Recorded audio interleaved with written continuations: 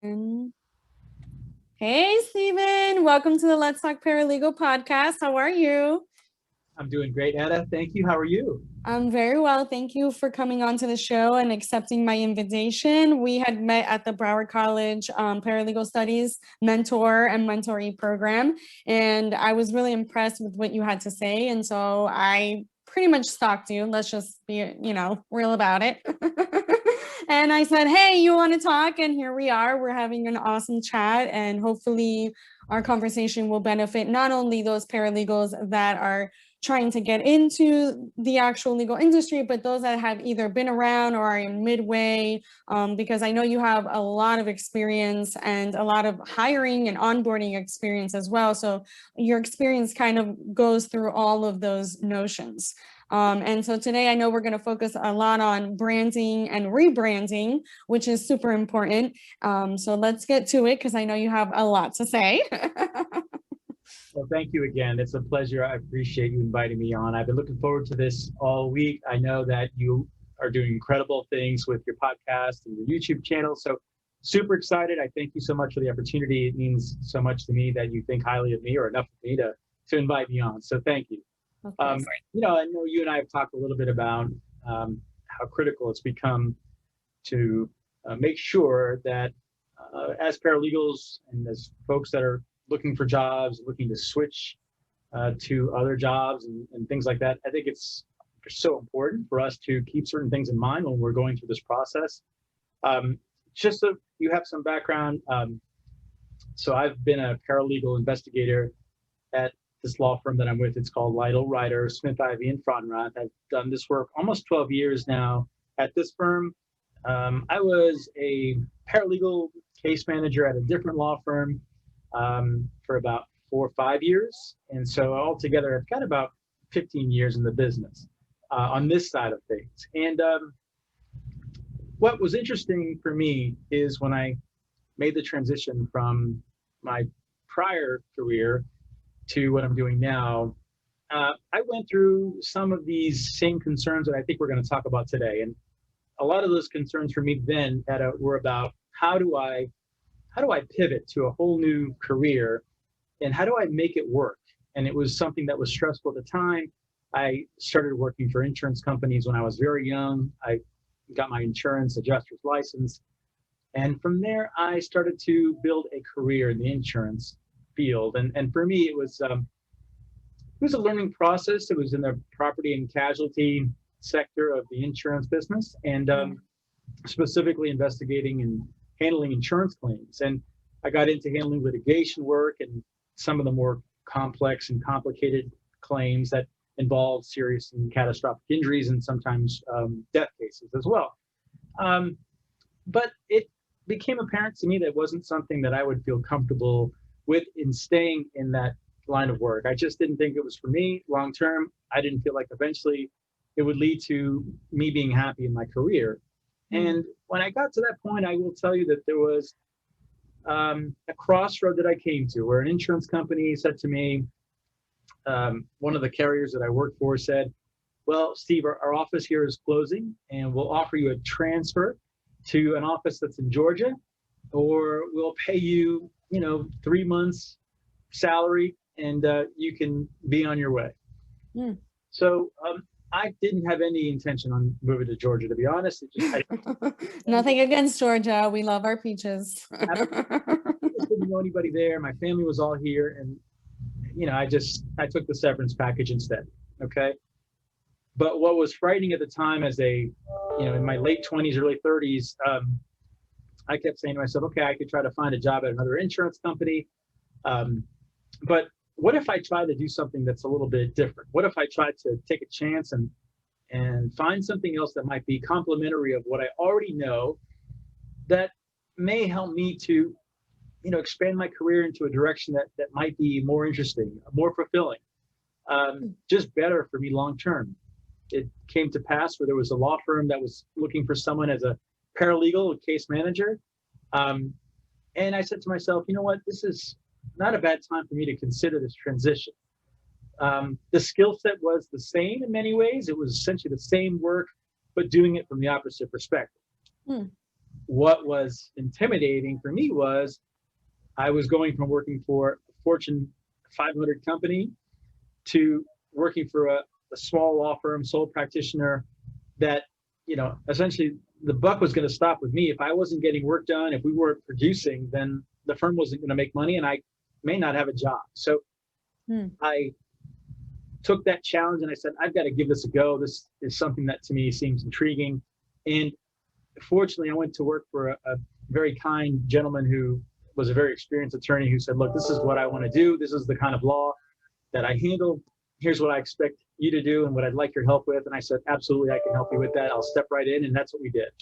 Nice. The thing about it is, as I mentioned, the thing that was intimidating was when I talk about that pivot, I think for me, even though I knew that in a lot of ways it was the same type of work, in many ways, it was, like I say, it was a bit daunting to think that I could do it and do it effectively because I hadn't done it. And, we oftentimes are our own worst critics.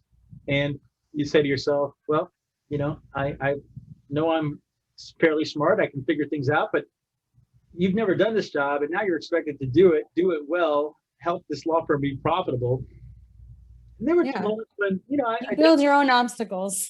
But I felt it. I felt that sense of I've got to make this work and I've got to try to figure it out and I've got to make it happen. And to his credit, the attorney I worked for was very generous with his time and also with guidance. And, between what I knew, what he knew, we made it work.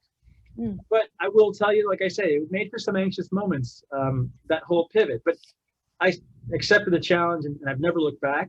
I've worked for 3 law firms, including this law firm I'm with now. And as I mentioned, it's been almost 12 years here at this law firm handling wrongful death and personal injury matters on the plaintiff side.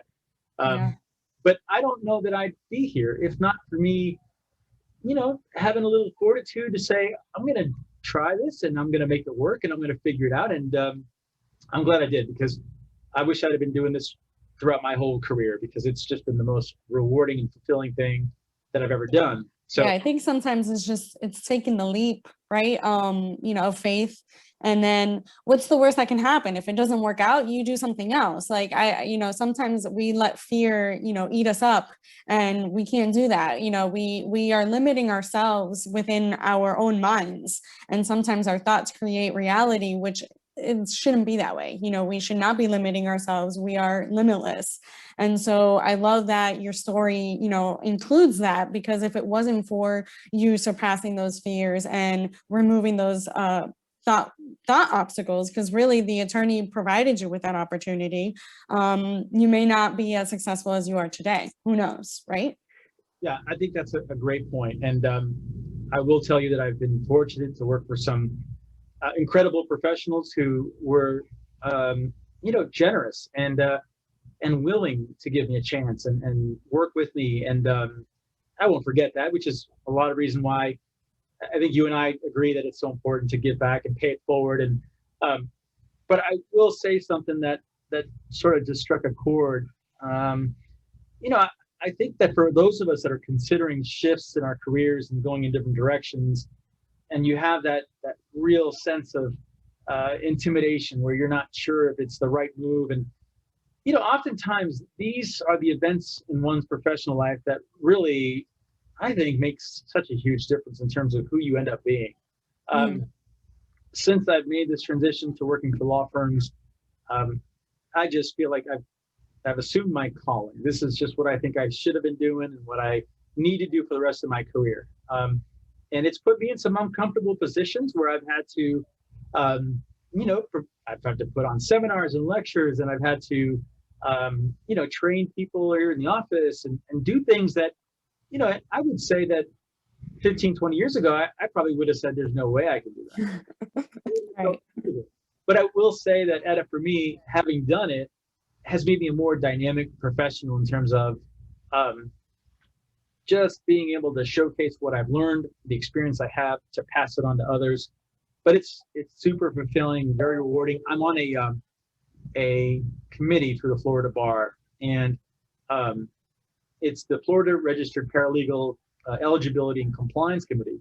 And one of the things that we deal with a lot is whether candidates qualify to become a Florida registered paralegal. And there are often times where these folks lack the qualifications, and sometimes they have certain qualifications, sometimes they lack others, and there are issues that involve several different candidates that we've talked with and talked about that they want to become a Florida registered paralegal. It's so important. They see the significance of having that designation, but they may not have all of the qualifications. And I mentioned that now just because, again, I think a lot of what we do is to build this experience. It's to show that we are capable of doing these things, and getting that designation a lot of times really helps in terms of how you can market yourself. A lot of folks in our business see Florida registered paralegals as someone that has, I think, a better grasp of Florida law. You have had this continuing education, which you need to keep up with in order to keep the designation. And those are the types of things, in my opinion, that really make you stand out. And one thing I've learned, and you tell me what you think, is that in a lot of ways, us as paralegals, it is going to be about how we stand out and the added value that we bring. And a lot of times I think that means that it's someone that brings to the table beyond what the typical paralegal brings. And whether that's you being a Florida registered paralegal, or whether that's you having your own podcast, or whether that's you, speaking a second language, a third language, or being able to help in business development, or with the accounting, or some part of helping with that law firm that makes you more appealing, and it adds to your brand, right? So it makes you, Yeah, so I think even if you are, whether you're a freelance paralegal like I am, or whether you are, a full-time employed W-2 paralegal with a firm or with a legal department at any corporation,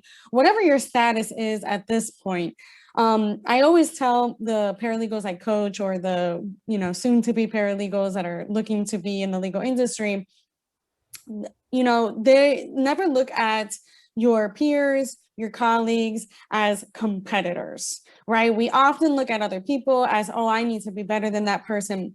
There's only one you. There's plenty of other paralegals. There's plenty of other legal assistants, or any legal support professional for that matter, right? There's always going to be hundreds and thousands of candidates for that particular position. However, there's only one you. So what do you bring to the table? And that's what you need to focus on. You need to start selling yourself. So I always like to tell them, think of, even if you have no experience, think about the experience you already have and how those skills can be applied to that firm. If you have 15, 20 plus experience, what have you actually done through that trajectory of 15 to 20 plus experience that will bring benefit to that law firm, to that attorney, to that legal department, to that client, whatever it is that you're trying to accomplish. And another thing that a lot of people forget is, what's your purpose? What's your why? Why are you doing this? Why are you wanting to interview? Why are you wanting to be a paralegal? Why are you wanting to be a legal support professional?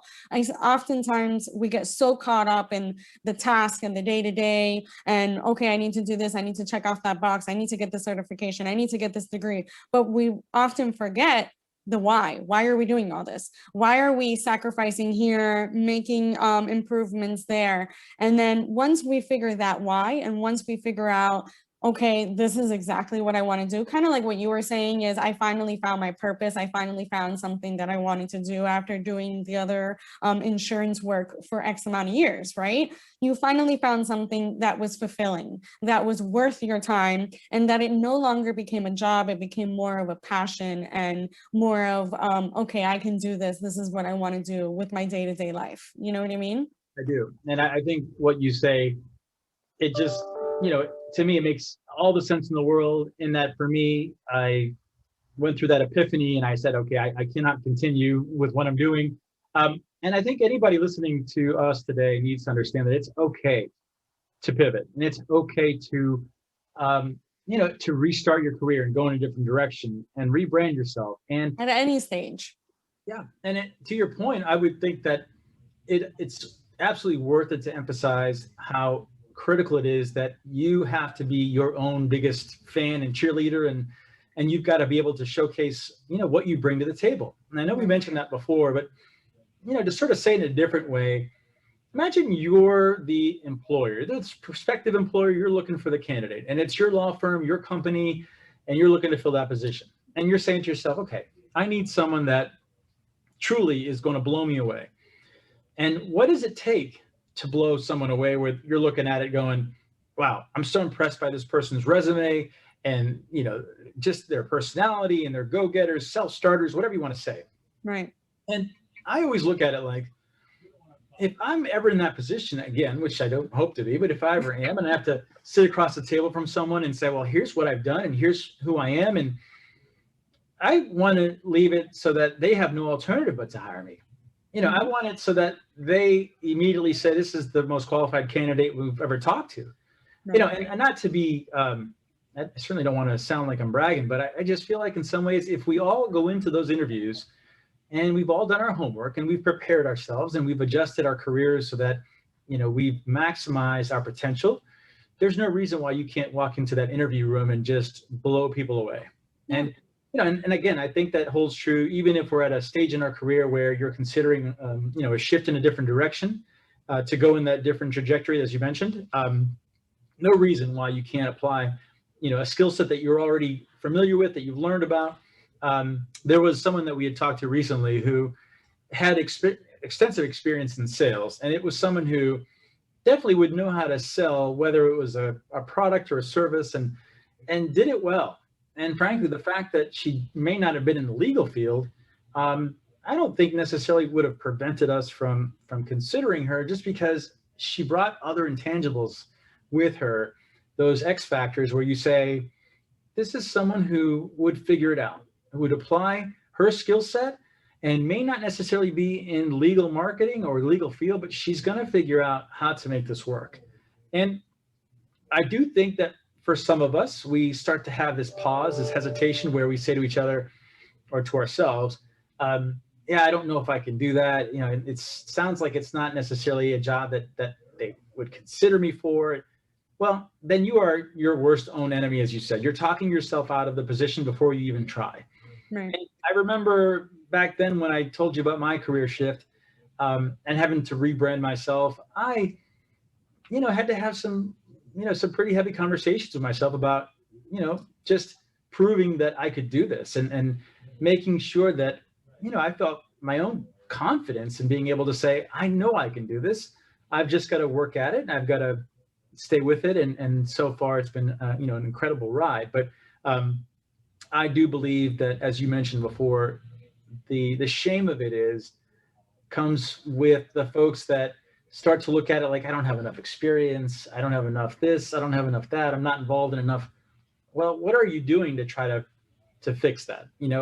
Are you stagnant and staying put where you are because you just feel like it's comfortable and, yeah, I might not necessarily love where I work, or I'm not making the greatest money, or, well, if that's the case, then you really need to rethink about that potential of where you can go next and what you can do to level up to the next stage of your career.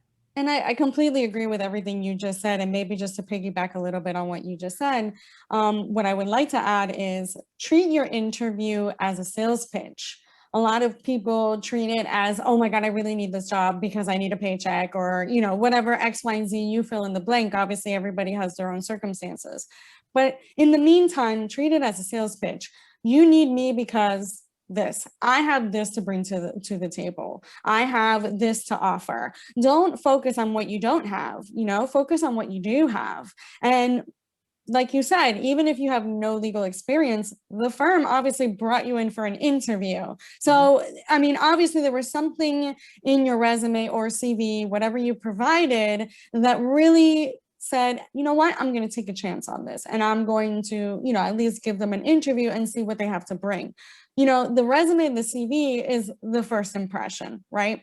And then you have to seal the deal, right? So that's where your sales pitch comes in. And that's where you make it happen, right? This is my opportunity. I'm going to make it happen. Well, I love that you mentioned that, because it sort of anecdotally here, it makes me recall that just recently we were looking to fill a position here at the firm. It was for someone in our accounting division. And the interesting part about this story is that this was absolutely a client who took the initiative, not a client, but a candidate that took the initiative and said, I am going to show this law firm that I am worthy of an interview. I'm worthy of being considered. And here's how she did it. So the position became available. We posted it online, several different places, as we do normally. Mm-hmm. She decided that she was going to apply online, which she did. She sent in a resume, and then she proceeded to call the firm through to the firm's administrator. The administrator, to his credit, picked up the phone and she started to explain who she was, that she had sent in a resume, came off very positive, very upbeat, asked about an interview and what the process was involved and what would be involved. And the administrator said, you know what, you've impressed me. I'm going to schedule an interview. And sure enough, within a couple hours, they had done a Zoom interview. The moral of the story is that may not have happened if he just gets that paper resume or that resume online and he looks at it and he adds it to the pile. But this candidate went above and beyond, and she said, I'm going to call and I'm going to show these people that I can do this and that they need to consider me. And absolutely, it is impressive. I mean, we just talked about something also, which is that resume that you're going to submit, and that is the absolute, first initial stages, right? So, it's when we talk about branding, it's a lot like, dating. It's your profile, guys. It's your profile. You gotta make a good first impression. And how do you do that? And I have had to review, my fair share of resumes that frankly just fall flat. And I hate to say it that way, but it's either just they're incomplete. There's just not enough substance to it. Some of the information is lacking. There are gaps in the career that you don't really explain very well. There's certain things that you should have that you probably, that I didn't see on some of these. And it was just discouraging because in the end, you're making these initial decisions based on what you see. And if it's not there, then it's probably not going to be there, So I think resumes, cannot say it enough, and making sure that you're careful about your online presence. And we talked about this recently in a seminar, which is especially for younger folks that are trying to get into the business, that, we talk about experience and the fact that so many law firms want experience. And if you don't have it, a lot of folks, kind of turned off by someone who doesn't have the experience. And a lot of folks have come to me, and especially the younger people, have said, well, how do I get this experience that everybody's always looking for? It is going to be a matter of, as I tell everybody, make sure you know as many people as you can in this business, network, get to know the people who are, involved in some of the decision making. Those are the people that are going to help you with getting opportunities, especially if they know the kind of person you are. You prove yourself to be someone who is worthy of a consideration.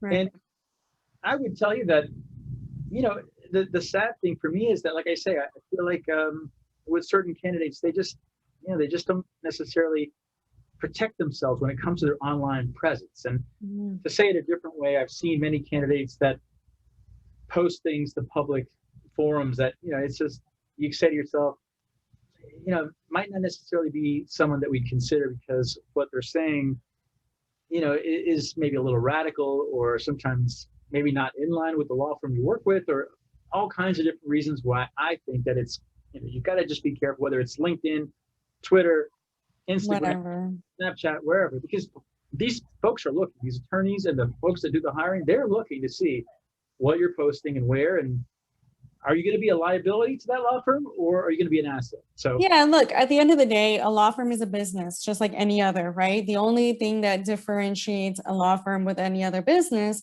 is that it's a business that boils and spills into every other industry in the entire globe, right? In the entire world. So that's the only really major difference between the legal industry and every other industry. But at the end of the day, this company is somebody's baby, is somebody's bread and butter. So if you're not nurturing it and you're not protecting it, they're not going to make you part of the family, right? Because a true law firm, a real law firm, a good law firm is a law firm made up of family members, right? So if you have to treat the company like they're your family. And, pre-pandemic, we spent a lot more time with our colleagues than we did with our family. So, you have to still take that notion in and respect the fact that you are now representing somebody else's baby, somebody else's family, somebody else's product, right? So as a business owner now, I definitely look at my employment history as a W-2 employee for, I think I was 15 years before I started my own business. I look at it in different lenses. And I wish I would have seen it that way when I was a W-2 employee, because I probably would have offered a little more and wouldn't have held back so much in meetings or in process changing or in process development opportunities. I would have probably spoken up more, because now I realize the benefit that I probably would have brought to that firm, versus now I'm doing it freelance. Right now, people are hiring me to just do process development or just do a project or just be an extra pair of hands in trial, whatever the case may be.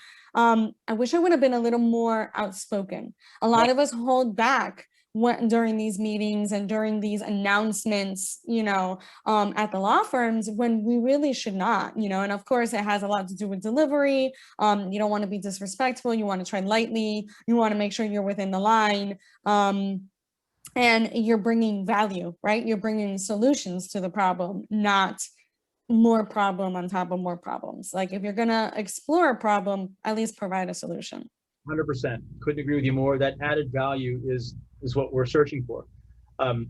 As employers looking to hire in this business, whether it's in our practice area or some of the other practice areas that exist, you do want someone that truly does bring that added value. And I can't say it enough. It's those intangibles that get you noticed, and it certainly does. With experience comes that timing and knowing when to add and to put more into that conversation and figure out how else you can help. But again, if you're the employer, you're saying to yourself, I want someone that really does bring these other factors, these other X factors, these other pieces of benefit that are going to make the difference in that organization. And you're right. I mean, it is a business after all. And these are people who, it's no different than our place. Our place has been around for 35 years. And the partners that open this firm still believe in it like it's their baby. And I have to look at this.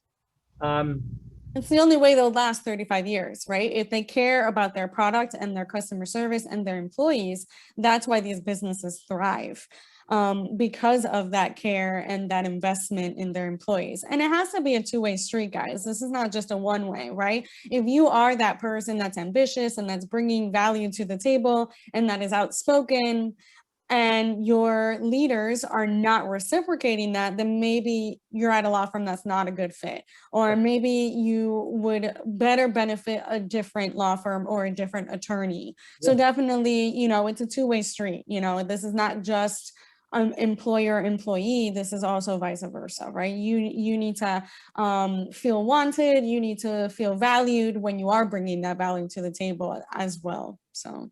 Yeah, that's 100% right, Etta.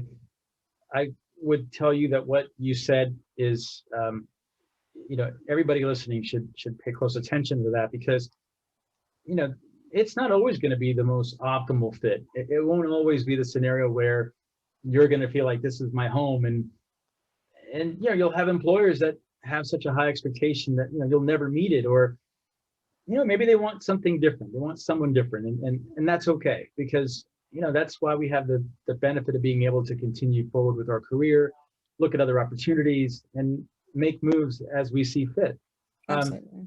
One thing I wanted to mention, which goes back to what I was mentioning before about branding yourself and using social media, and the fact that nowadays, as I mentioned, employers certainly are using these platforms in some ways to judge who you are as a candidate. So just as it could be a negative when you're posting things that might attract the wrong attention, you certainly should be considering using those platforms to your advantage, to showcase what you do and who you are and the positive things you're involved in. And some of the folks that I work with, the mentees, I tell them all the time, make sure you've got everything looks sharp and it's uniform and you're using quality photographs, you're using quality content, besides being careful, you certainly should be trying to promote the positive things you've done in your career, the events that you go to, the organizations that you're involved in, the committees that you serve on. Right. These are the types of things that an employer is going to say, yeah, this person is excellent, quality, and it's someone that would bring, again, that added value to our organization. And yeah, I mean, it's an investment, right? There's no secret that onboarding is very expensive. Onboarding a W-2 employee is super expensive. That's why there are freelance paralegals for those attorneys that are unable to, get that cost or, spend that money, or they probably allocate it somewhere else, depending on the attorney and the law firm and how they run. So it really is an investment both ways. You're investing your time and your effort, and they're compensating you accordingly, right? So it's almost like a business transaction, right? If we're going to put it in lay terms, it's a business transaction. I'm providing you a service, and you in return are paying for those services. Right. So if they don't match and they don't collaborate, then we're in the wrong business. It's just not going to happen. And you probably need to move on to either another firm or, pivot to another. Look, guys, the legal industry is not easy. Okay. It's for the tough skin. It is long hours, whether it's freelance or not, especially if there's trial, mediation, depositions, you just got to go with the flow at this point. The courts are really backed up now, especially with the pandemic. It is what it is, and we have to handle it accordingly. So the fact that X, Y, and Z is going on, yeah, we'll take it into consideration, but, at the end of the day, the trial is going to move on. The judge is not really going to care, so yeah, it is what it is. And, you have to be, a partner, you have to act like you're a partner of the firm, and you have to be that person that says, this is what I'm bringing to the table. These are the problems. These are my solutions. Yeah. We're all looking for solutions to our problems, whether personal, professional, and especially in the legal industry, where there's a lot of room to play. There's a lot of room to figure out processes, development, all that good stuff. But I agree with you to the extent that we're in the problem-solving business. And really on any client, on any level, in any practice area, someone or some organization has come to you and said, I've got an issue, I've got a problem. I have someone who's infringing on a copy, a copyright, or there's some issue that they've come to you about, and it's up to you and your team to figure out a solution. Right. The one thing that you said for me that also resonates, which is that you've got to see yourself as a partner in the business, because if you aren't understanding how critical your role is in that organization as a team player and how your contributions affect the bottom line, then you're doing it wrong. Right. I think a lot of folks in our business, or I should say on our side of it, not a lot, but some of our folks in our business look at it like it's a paycheck, and I'm 9 to 5, and the bosses and the attorneys worry about all that stuff. Well, guess what? You should be worried about it too. Because if you're not, someday it may be you that's out of a job because you might become expendable, or maybe the firm's not profitable and they've got to try to make some decisions on cutting costs. And you never want to be in that conversation of where those costs could be cut. You have to be such an asset that the firm looks at you like, nope, can't get rid of that person. Right. Ed is too important. We can never even think about letting her go. Right. So if you're not doing that, if you're not putting yourself in that posture, you're doing it wrong. Yeah. And I'm sorry, sometimes it's just as simple as just showing up, getting the work done, being that team player, offering to help. Yes, it's not an easy profession. No. You can do those things if you can follow through and show, again, those the principles of your, whoever it is, whether it's managing partners or managers at whatever it is. If you can show them that you have that added value that we keep talking about, then it makes a big difference, I think. And I will tell you that for me, like I said, having gone through this process of trying to find an assistant, I know my current assistant, she's exactly that. Like she brings so much to the table, and it's on a daily, thing where I notice that she's just trying harder and harder to try to be intuitive and figure out how to make things work more efficiently and help me better. And that's music to my ears. And Yeah, that's welcoming, right? It's welcoming. So we always need that person, wherever we're at, we always need that person. You know, it has to be beneficial to both parties. Again, it's a partnership, right? And then I know that you wanted to talk a little bit more because we're cutting close, but we got, a good few minutes here. You wanted to talk about the experiences and the challenges of getting through last year. So I definitely want you to touch up on that.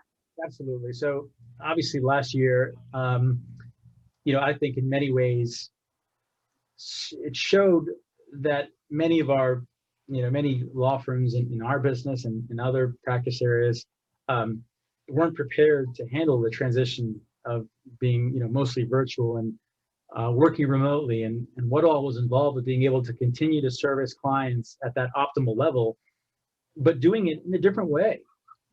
And a lot of law firms struggled with that because it was just not their model. It wasn't what they were set up to do and how they were set up to do it. And some other firms, to their credit, were able to make that transition pretty well. Right. I think we did a great job at our firm. And I think what I noticed was that we were very quickly, easily, and I think for the most part, able to assume that technology that existed through video conferencing and other similar technology was going to be the way for us to be able to continue to provide that excellent service seamlessly. And I think in a lot of ways, we all had to quickly learn what we needed to do and how to do that stuff. And I think it was, a learning lesson for a lot of us in this business. But I will say this, I think there's going to be a lot of things that we carry over into our next new normal that we're currently doing now. I think a lot of the things that we have been doing to be safer and handle things a little bit more expeditiously, I think we're going to hang on to some of those things. But I will say that there's been challenges. A lot of law firms, as we know, Etta, had let go of, a lot of, people in our business and so many layoffs. Yeah, for sure. And, the sad thing was I knew some of those people, and I had a friend of mine who's an attorney and practices in Broward County, Florida, who said, yeah, I've just been furloughed and I'm not really sure what I'm going to do. And this was a guy who, younger, has a family, has a young son. And I remember thinking to myself, I'm going to do my best to try to help him find an opportunity because, it was just, there were moments where I think a lot of people were very uneasy. I think a lot of folks were like, well, what do I do if I lose my job? And for those folks that were looking for jobs, I remember trying to post, opportunities that I came across on LinkedIn. And I actually was able to help some people get some opportunities and get interviews. But it was the kind of thing that I think in the last 11, 12 months, whatever it's been now, it was a real eye opener to, again, fortifying who you are as a professional, making sure that your brand is strong, that you can showcase who you are so that you can, really have that spotlight on you when it became a rough patch. It was a true testament to branding for sure. A lot of businesses, and I'm not going to promote anybody on this, but a lot of businesses, either it was a sink or swim situation, but it didn't have to be that way, because if you were established for X amount of years, then you should have already planned, a good safety net for your employees. Because again, if this is your family, you want to take care of your family. But on the other coin of that, I know personally a few friends of mine that had 2 or 3 jobs and got laid off on all 3. So it doesn't matter, how much you rely, how many revenues you have, if you're still relying on somebody else or another company that's not taking care of you, or is not within your best interest, is not taking care of you as a family member, then there's only so much that you can do, right? There's only so much that you can protect on your own. So yeah, absolutely. And one of the things that I thought throughout the past year was that, certainly we were all affected by this. Absolutely. It wasn't, anyone who didn't go through some extent or some degree of bother and difficulty and all of what came with this past, 11, 12 months. But I think the one thing that struck me was that, firms were still hiring as many firms as there were that were letting go of people We hired 5 people in the past year. Other law firms were hiring, some were growing their practices incredibly enough, which to me meant that there was still opportunity out there.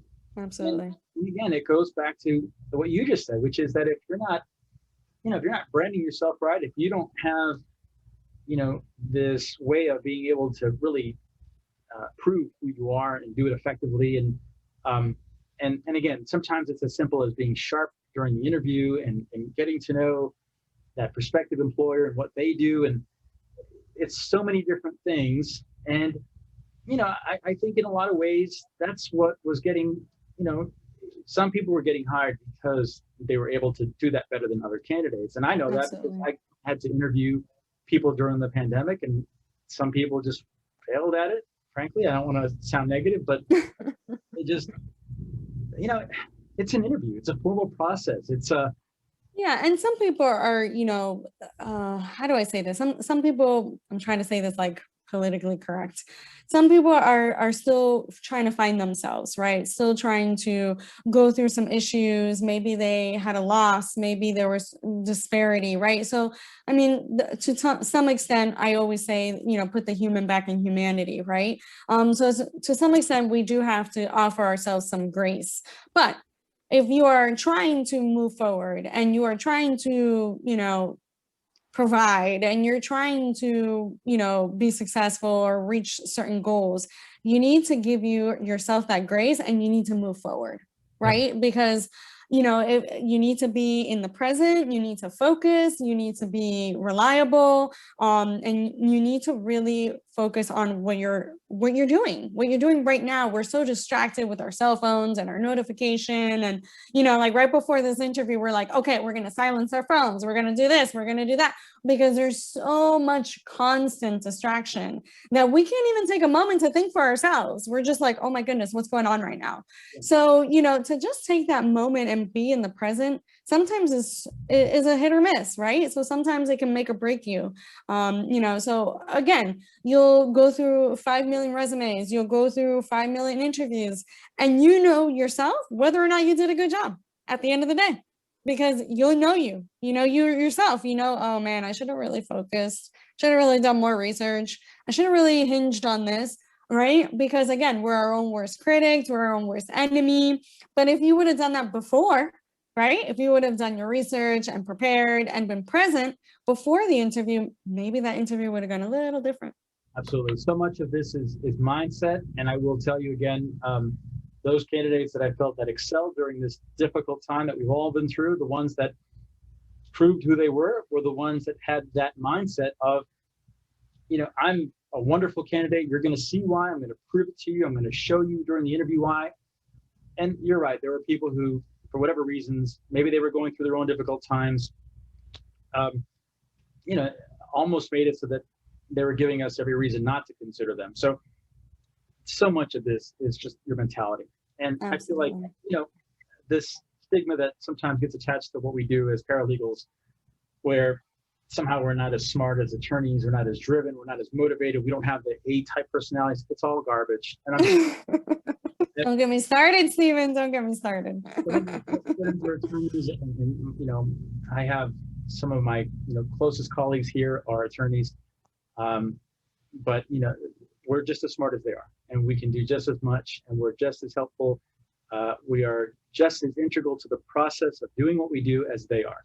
And absolutely. Because I've had these discussions with mentees where it's like, well, I don't know, I'm kind of wavering. Do I go to law school? Do I become a paralegal? See if you like it. See if it's something that fulfills you. If it doesn't, you can always pivot to that next level or to a different place in your career, educationally or professionally. But it does come down to mindset. And listen, the reason why you and I are talking today is because we have a similar shared connection and vibe and mindset. And I don't let the fact that I'm a non-attorney stop me from doing great things. You are the same.